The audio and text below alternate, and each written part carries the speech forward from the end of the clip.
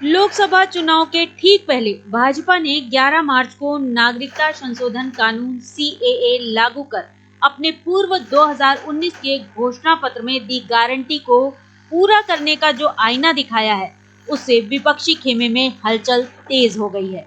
CAA की अधिसूचना जारी कर इसे पूरे देश में लागू करने का निर्णय अप्रत्याशित नहीं है, क्योंकि इसके कयास पहले से ही लगाए जा रहे थे। प्रधानमंत्री नरेंद्र मोदी का नजरिया इस संबंध में शुरू से ही स्पष्ट रहा है। एक भारत के खुला मंच पर मोदी के माइलस्टोन सीरीज की दूसरी कड़ी में आपका स्वागत है। आप यह भी जान लें कि CAA का किसी वर्तमान भारतीय की नागरिकता से कोई संबंध नहीं है। दरअसल CAA को ऐतिहासिक देनदारी कहना ज्यादा सटीक होगा। इसमें 3 इस्लामी देशों पाकिस्तान, बांग्लादेश और अफगानिस्तान से आए अल्पसंख्यक गैर मुस्लिम शरणार्थियों को भारतीय नागरिकता देने का प्रावधान किया गया है।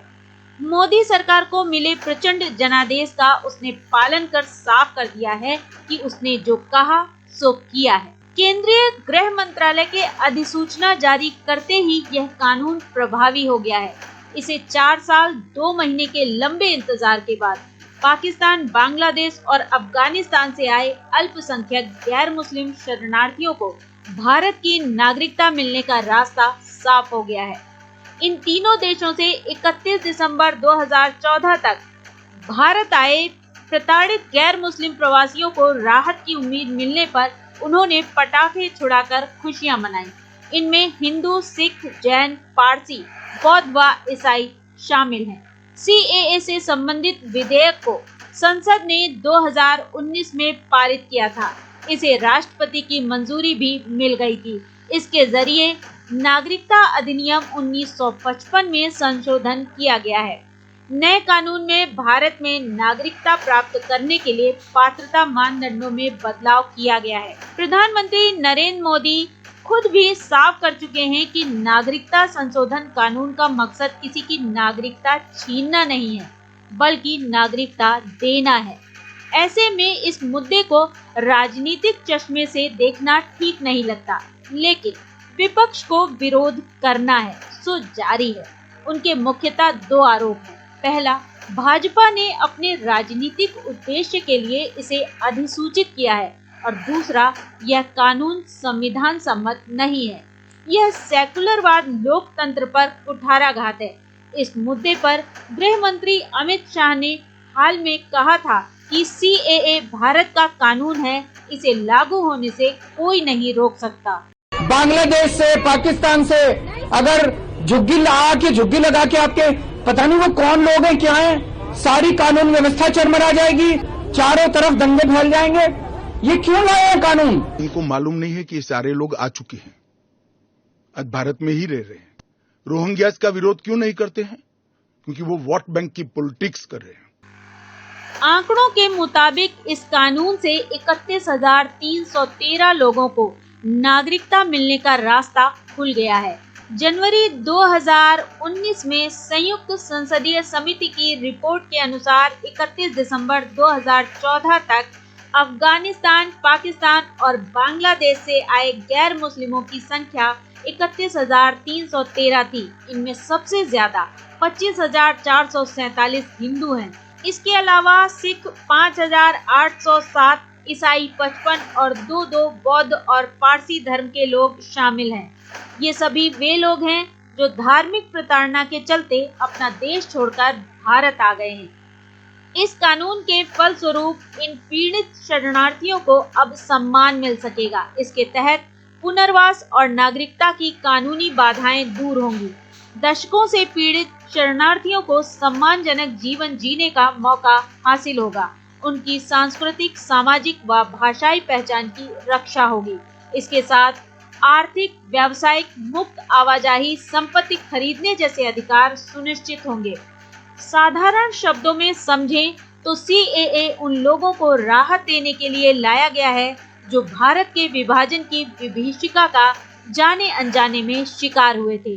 जब भारत का विभाजन हुआ था तो पाकिस्तान के जनक मोहम्मद अली जिन्ना ने 11 अगस्त 1947 को पाकिस्तानी संविधान सभा में कहा था कि पाकिस्तान में हर व्यक्ति मंदिर और मस्जिद या फिर अन्य किसी पूजा स्थल में जाने के लिए स्वतंत्र होगा, पर आज वहां क्या हालात हैं किसी से छिपा नहीं है। अफगानिस्तान और बांग्लादेश में भी कमोबेश यही हालात हैं। सबसे जरूरी बात, इस कानून के तहत केवल 3 मुल्कों पाकिस्तान, अफगानिस्तान, बांग्लादेश से धार्मिक आधार पर प्रताड़ित होकर भारत आए हिंदू, सिख, बौद्ध, जैन, पारसी और ईसाई समुदाय के लोग ही नागरिकता के लिए आवेदन कर सकेंगे। इसके लिए उन्हें ऑनलाइन आवेदन करना होगा। आवेदक को बताना होगा कि वे भारत कब आए। पासपोर्ट या अन्य यात्रा दस्तावेज न होने पर भी वे आवेदन कर सकेंगे। कानूनन भारत की नागरिकता के लिए कम से कम 11 साल तक देश में रहना जरूरी है, पर नागरिकता संशोधन कानून में इन 3 देशों के गैर मुस्लिमों को 11 के बजाय 6 साल रहने पर ही नागरिकता दे दी जाएगी। शेष अन्य देशों के लोगों को 11 साल का वक्त भारत में गुजारना होगा, भले ही फिर वो किसी भी धर्म के हों। तारीख 12 मार्च CAA का ऑनलाइन पोर्टल भी लॉन्च कर दिया गया। इसके तहत ऑनलाइन फॉर्म में 9 तरह के दस्तावेज रखे हैं। इनमें संबंधित देश का लाइसेंस, पासपोर्ट, जन्म प्रमाण पत्र, शैक्षणिक प्रमाण पत्र, बिजली पानी का बिल, पैन कार्ड, विवाह प्रमाण पत्र शामिल है। भारत में निवास के संबंध में शेड्यूल 1B के तहत 20 दस्तावेज में वीजा, आव्रजन स्टाम्प, आवासीय परमिट, ड्राइविंग लाइसेंस, आधार कार्ड, राशन कार्ड, जन्म प्रमाण पत्र, भूमि या किराएदारी दस्तावेज, पैन कार्ड, बिजली या पानी के बिल देने होंगे।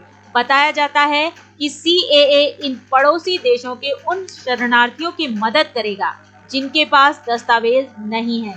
मंत्रालय को लंबी अवधि के वीजा के लिए सबसे ज्यादा आवेदन पाकिस्तान से मिले हैं। यही वजह है कि यह कानून लागू होने के बाद पाकिस्तान से आए शरणार्थियों ने पटाखे फोड़कर जहां अपनी खुशी का इजहार किया, वहीं विपक्षी जबरदस्ती नाराजगी जताते दिखे। साफ हो कि भारतीय नागरिकों से CAA का कोई सरोकार नहीं है। संविधान के तहत भारतीयों को नागरिकता का अधिकार है। CAA या कोई कानून इसे छीन नहीं सकता। इसी प्रकार यह कानून संविधान की 6ठी अनुसूची में शामिल असम, मेघालय, मिजोरम और त्रिपुरा के आदिवासी क्षेत्रों को छूट देता है, जिसमें असम में कार्बी आंगलोंग, मेघालय में गारो हिल्स, मिजोरम में चकमा जिले और त्रिपुरा में आदिवासी क्षेत्र के जिले शामिल हैं। CAA पर संसद ने 11 दिसंबर 2019 को मोहर लगाई थी। इसके बाद लगातार इस पर भ्रम फैलाया जाता रहा है। सुप्रीम कोर्ट के निर्णय द्वारा पुष्टि के बाद भी यह थमा नहीं है। इससे न तो किसी की नागरिकता को कोई खतरा है और न ही अन्य लोगों द्वारा नागरिकता पाने की पुरानी प्रक्रिया में कोई बदलाव हुआ है। वास्तव में CAA हिंदू, सिख, बौद्ध और जैन आदि अल्पसंख्यकों के साथ हुई वादा खिलाफी और ऐतिहासिक भूल का परिमार्जन है। माइलस्टोन की सीरीज अभी जारी है। ऐसी ही और ताज़ा अपडेट के लिए जुड़े रहें हमारे चैनल के साथ। भारत का सबसे बड़ा विचार, एक से एक भारत। लाइक करें, सब्सक्राइब करें और शेयर करना बिल्कुल ना भूलें।